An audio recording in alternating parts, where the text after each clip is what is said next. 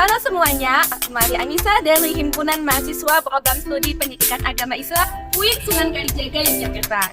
Teman-teman, perkembangan teknologi yang sangat pesat tentunya menuai hasil yang sangat menakjubkan, apalagi dengan munculnya kecerdasan buatan atau artificial intelligence yang biasa kita kenal dengan AI dalam dunia perkuliahan seperti dosen online, rekayasa tulisan tangan, dan yang paling menarik yaitu ChatGPT. Pengguna ChatGPT ini tentunya mendapat respon yang negatif dan juga positif. Untuk pembahasan selengkapnya, yuk saksikan podcast HMPSPAI dengan pembahasan yang menarik yaitu pengaruh ChatGPT terhadap mahasiswa. Tentunya juga dengan narasumber yang menarik. See you! Assalamualaikum warahmatullahi wabarakatuh. Hai Kalijaga Muda, selamat datang di podcast HMPSPAI yang perdana ini. Bersama saya, Rawiyatuh Alia Agustina, mahasiswi Pendidikan Agama Islam angkatan 2022. Tentunya di sini saya nggak sendiri nih teman-teman. Saya bersama narasumber saya yang tentunya sangat luar biasa dan sangat hebat, yaitu Bapak Radino. Selamat pagi Bapak. Ya, selamat pagi. Assalamualaikum warahmatullahi wabarakatuh. Bagaimana kabarnya Bapak hari ini? Alhamdulillah, berkat rahmat Allah ya Subhanahu wa taala saya masih diberi kesempatan untuk hadir untuk menghadiri ya, memenuhi undangan dari teman-teman mahasiswa yang hebat-hebat ini. Gitu. Alhamdulillah. Mudah-mudahan Mbak Hostess ini juga dalam keadaan sehat, baik, dibantu kru-kru yang sudah siap di seberang sana ya. Bapak Radino ini salah satu dosen dari Fakultas Ilmu Tarbiyah dan Keguruan. Untuk lebih jelasnya, monggo Bapak memperkenalkan diri dan menyapa Kalijaga Muda. Assalamualaikum warahmatullahi wabarakatuh. Kalijaga Muda, calon ahli surga, hidup bahagia baik di dunia dan akhirat. Amin. Jadi, masuk surga sebelum meninggal dunia. Yang saya cintai dan saya kagumi, mudah-mudahan kalian akan menjadi orang yang sukses, menjadi lentera bagi kehidupan di dunia ini. Ya, nama saya Radino.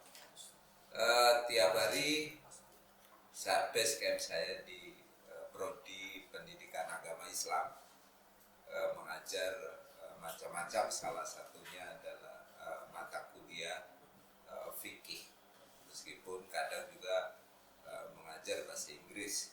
Saya asli dari Cilacap, Jawa Tengah, Indonesia. Beristri, punya anak 3, cowok semua, cucu 1. Gitu. Ya, begitu. Langsung saja, perkembangan teknologi yang sangat pesat sungguh menakjubkan. Apalagi adanya kecerdasan buatan atau artificial intelligence yang biasa kita kenal dengan AI dalam dunia perkuliahan ini.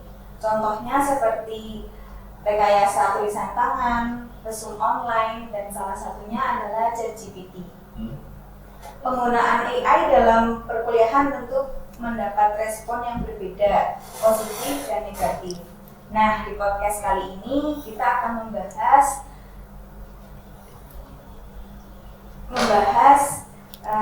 tentang salah satu AI, yaitu ChatGPT yang sudah marak di dunia pendidikan ini.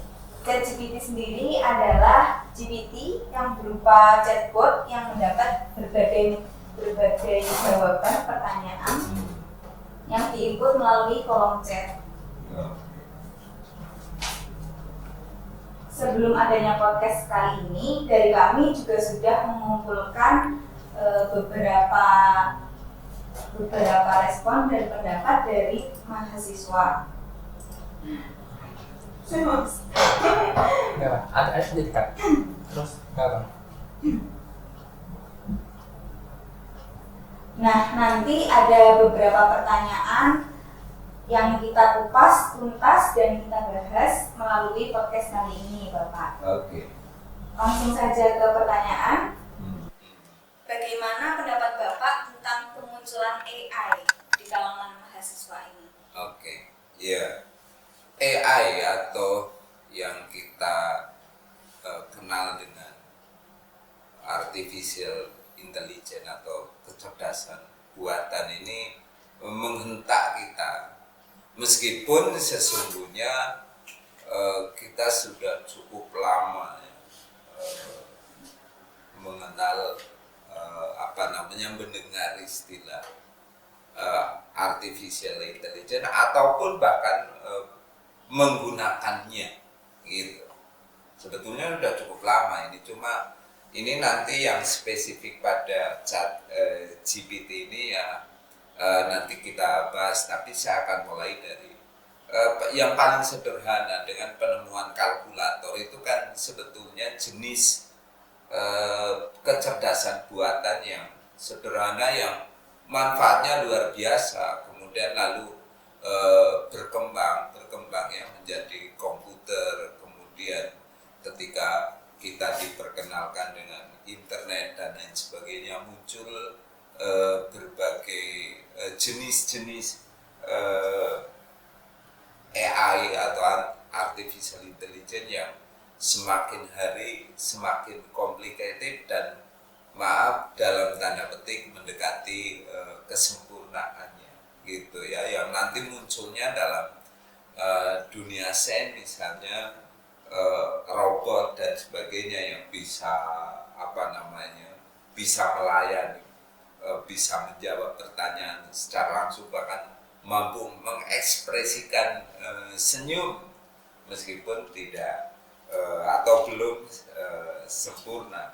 Nah, ada tentu saja ada sisi positif ya dari kecerdasan buatan ini. Sisi positifnya antara lain misalnya ketika kita sekarang ada GPS ya, tahu GPS ya, Maps, Google Maps itu kan contoh betapa positifnya. Kita tidak perlu bertanya berkali-kali, hanya mengikuti mengikuti map itu kita akan sampai pada alamat yang kita tuju. Nah, tetapi di sisi lain itu juga ada ancaman yang saya kira agak serius ya. Mungkin bagi yang tahu banget dalam long distance atau jangka panjangnya itu berefek secara secara serius terhadap perilaku, tentu saja perilaku manusia, perilaku sosial manusia. Saya kira begitu, sehingga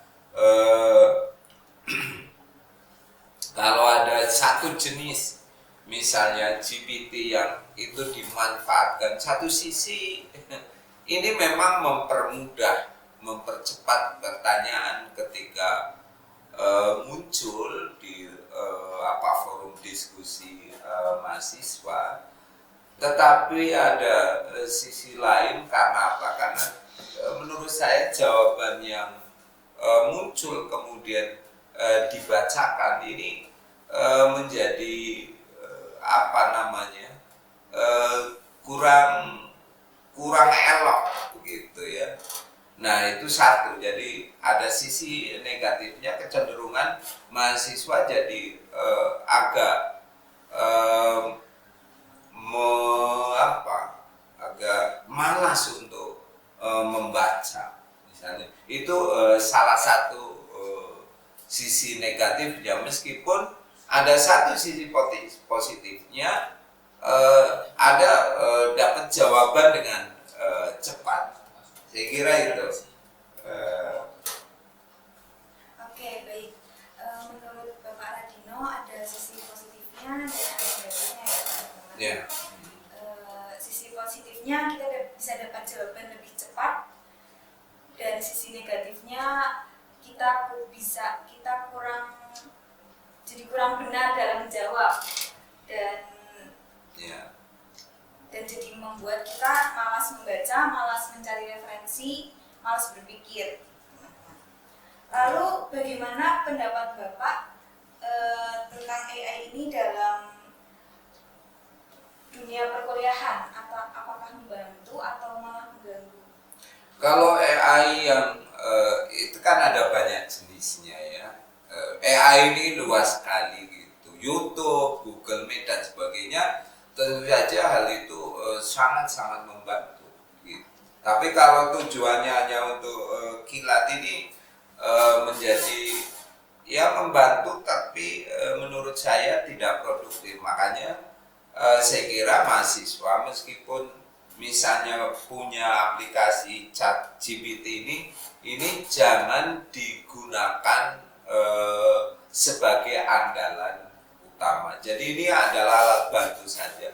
Dan alat bantu yang seperti ini adalah alat bantu yang sifatnya darurat atau emergency.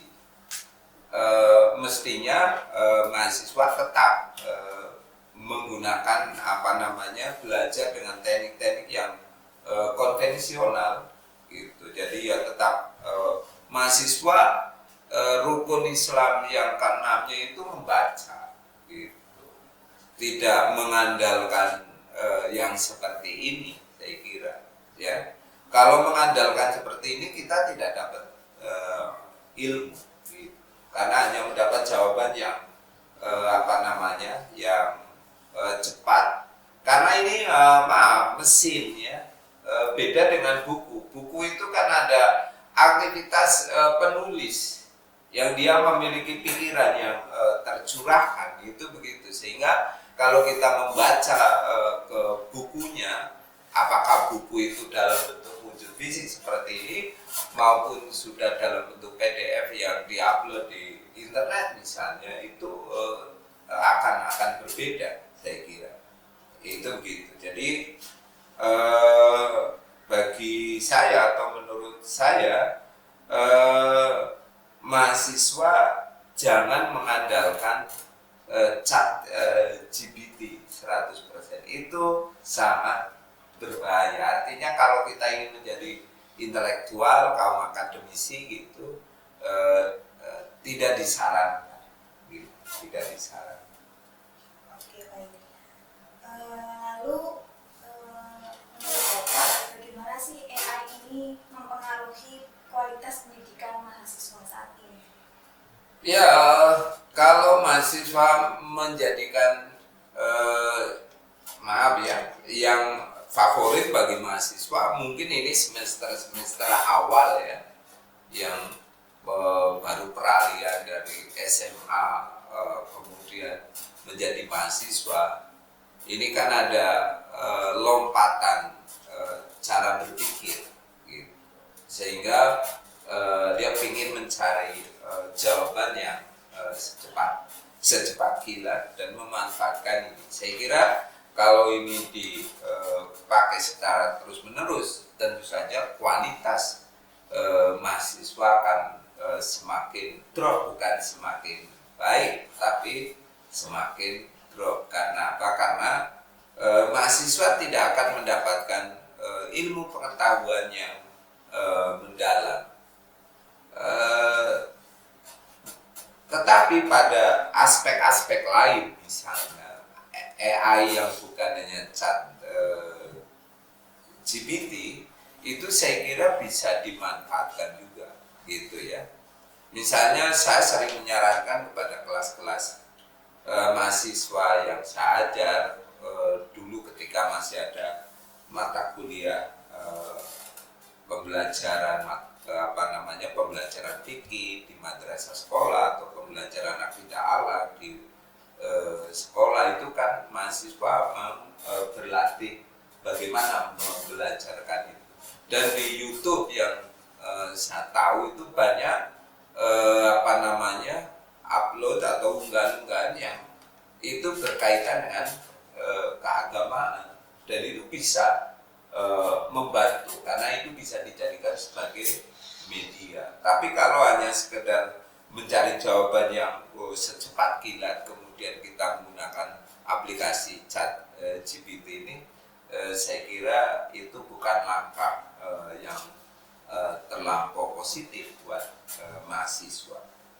Kualitas mahasiswa akan menurut saya semakin menurun gitu. Karena itu lagi-lagi saya sarankan ini digunakan manakala darurat saja, gitu. Darurat saja. Hanya ingin mendapatkan jawaban yang sekilas untuk merespon pertanyaan yang mungkin di luar dugaan, lalu ini muncul seperti itu. Saya jujur aja, maaf karena saya suka belajar bahasa apapun, saya menggunakan YouTube sebagai sarana untuk belajar. Jadi tanpa mentor secara langsung. Misalnya sekarang yang sudah agak lama belajar bahasa Spanyol, kemudian belakangan ini juga belajar bahasa serta tulisan Ibrani misalnya. Itu saya tanpa harus pergi ke Israel gitu, cukup belajar bahasa Ibrani yang dari YouTube. Dan, lumayan itu positifnya. Jadi ChatGPT ini hindari sedini mungkin. Kalau Anda mau cari jawaban, saya kira banyak AI yang lain yang sifatnya lebih bagus. Oke, begitu, Mbak Hostess. Lalu ini untuk menjawab keresahan sebagian mahasiswa, khususnya yang mengalami program studi pendidikan, menurut Bapak, apakah nantinya profesi guru bisa digantikan dengan teknologi yang semakin maju ini, seperti kemunculan AI? Ya, saya nggak tahu keresahan mahasiswa itu apa, di bagian apa yang resah bagian mananya gitu. Apa resah karena nanti akan tersaingi oleh AI seperti itu ya? Iya, iya.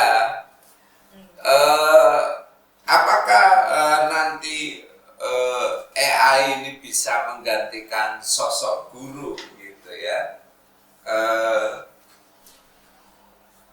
Saya kira para mahasiswa tidak perlu terlampau resah. Ya. Kenapa? Karena saya kira pemerintah manapun belum akan menerapkan secara formal misalnya mahasiswa diajar oleh robot gitu. Saya kira meskipun secanggih apapun robot itu menurut saya, ini pendapat saya, tidak bisa menggantikan sebagai pendidik atau guru, karena saya tahu robot tidak bisa memberikan penilaian baik atau buruk. Ya, apalagi misalnya guru-guru agama, pendidik agama itu kan bicara tentang baik dan buruk, benar dan salah menurut pandangan agama. Menarik, misalnya Anda seorang YouTuber itu, beliau seorang mualaf, kebetulan mencoba berdiskusi dengan robot itu mengenai kekristenan begitu. Ketika YouTuber ini menanyakan kepada robot mengenai mana yang salah dan mana yang benar dari ajaran agama, maka robot ini tidak bisa menjawab baik benar maupun salah, buruk atau baik itu. Jadi tetap saja guru yang berwujud manusia itu akan dibutuhkan, bahwa pada aspek-aspek lain akan tergusur dan akan mengalami dalam tanda petik kemunduran atau pengangguran itu ya. Misalnya sekarang aja ketika saya ke bank belum lama, mungkin 1,5 tahun yang lalu, itu banyak teller-teller di bank ya, melayani pengambilan atau penyetoran uang itu gitu. Sekarang tidak ada lagi, jadi kosong. Yang ada di bank itu hanya orang punya masalah misalnya kartu ATM-nya hilang gitu. Atau buku rekeningnya hilang, perlu diperbaiki. Itu hanya melayani itu. Karena apa? Karena transaksi keuangan itu semuanya menggunakan artificial intelligence atau kecerdasan buatan, misalnya MBA dan sebagainya. Jadi itu dampaknya. Tetapi kalau pendidikan saya kira dalam waktu-waktu dekat, mungkin pada satu saat ketika ada robot, ya saya sebut robot aja biar lebih gampang, yang bisa menilai dan sebagainya, mungkin ya. Tetapi itu mungkin masih butuh 1 abad kemudian. Ya, meskipun saya kira di film-film yang sifatnya futuristik ya, itu gitu. Jadi kalau di film-film kan ekstrim sekali. Jadi robot itu memberontak kepada pembuat. Nah itu kalau di film-film yang futuristik seperti itu. Tetapi untuk sekarang saya kira enggak. Karena apa? Yang membedakan robot dengan manusia adalah jiwanya. Robot nggak punya jiwa dalam pengertian ruh. Ya.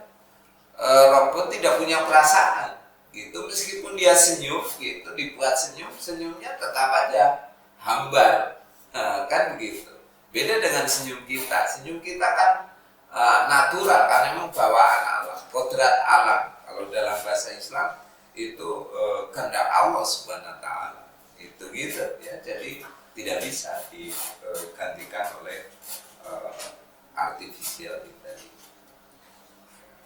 Oke, baik.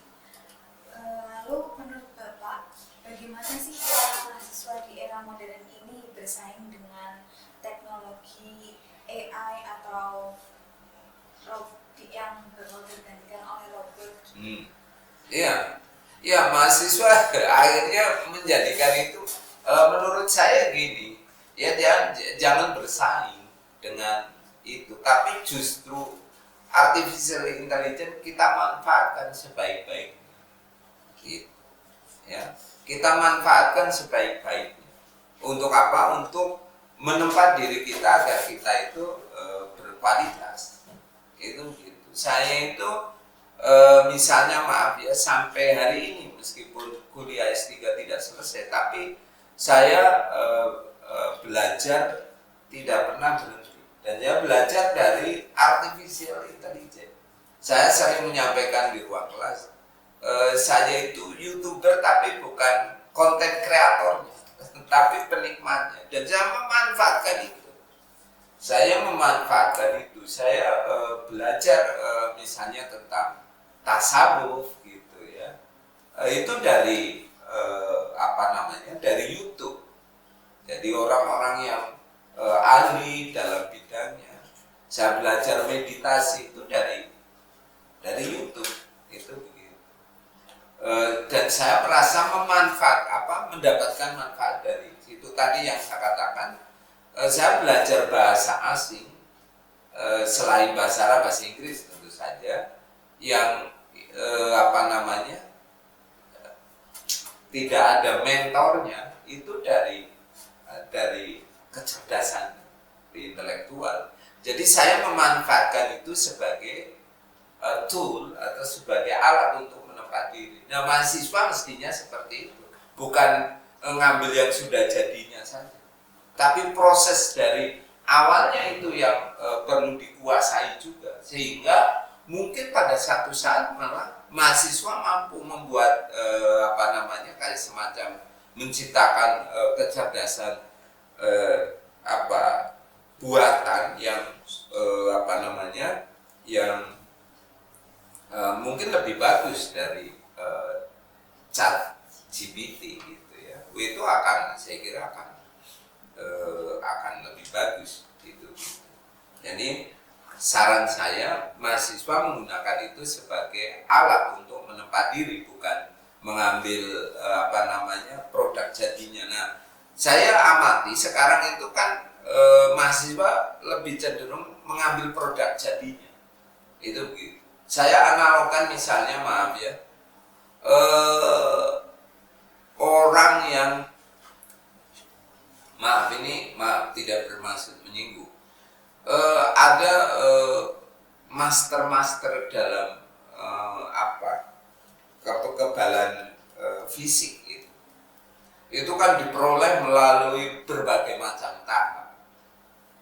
Misalnya maaf ya, guru-guru silat yang memiliki kekebalan tubuh yang luar biasa itu mereka belajar lama sehingga memperoleh gelar master dalam bidang bela diri atau dunia persilatan dan sebagainya. Nanti ada ilmu kebal tubuh di bacok, nggak mempan dan sebagainya.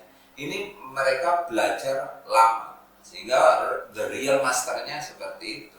Tetapi ada orang yang hanya mengambil barang jadinya, sehingga hanya mengambil misalnya mengamalkan, maaf ya, mantra-mantra tertentu, kemudian dia sudah kebal juga. Nah yang seperti ini saya kira jangan ditiru oleh mahasiswa jangan hanya menggunakan ChatGPT untuk menjawab pertanyaan dosen atau merespon pertanyaan dari jawaban yang mana. Saya kira. Baik teman-teman, sudah terjawab semua pertanyaan-pertanyaan yang mungkin jadi pertanyaan bagi sebagian mahasiswa. Inti dari podcast kali ini yang dapat saya ambil adalah bagaimana cara kita mahasiswa di era modern ini untuk tidak terpaku atau tidak ketergantungan terhadap ChatGPT atau AI itu sendiri.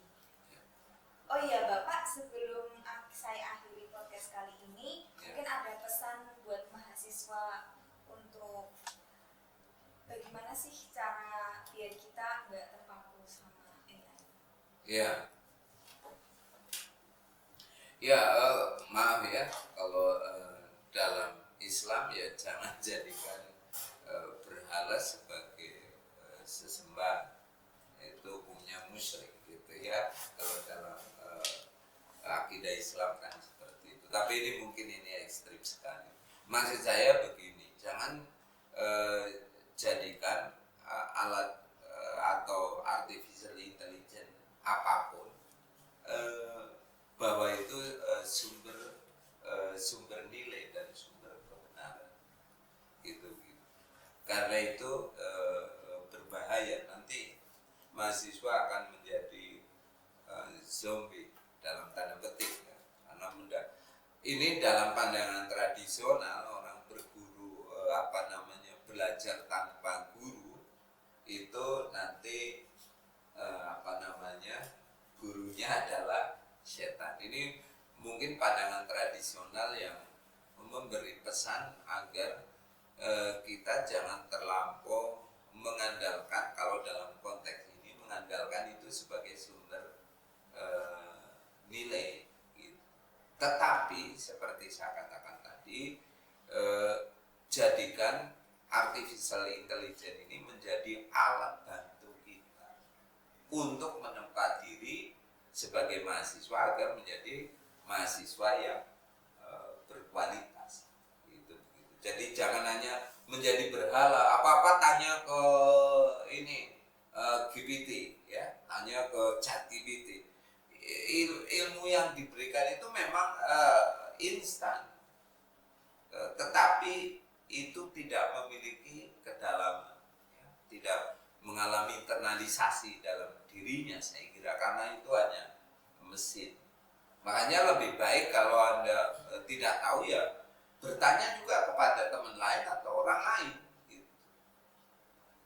Saran saya seperti itu. Tapi kalau itu hanya sebagai sebagai alat bantu, that's okay, tidak apa-apa ya, tidak apa-apa. Tapi kan beda. Misalnya saya mengandalkan ini aja, cukup sajalah dengan ChatGPT. Wah, ini kan berarti dia akan menuhankan. Itu yang saya katakan berbahaya gitu ya. Yang dalam bahasa agama Islam itu disebut dengan musrik karena menjadikan dia sebagai sumber kebenaran, padahal tidak bisa. Saya kira itu. Oke, baik.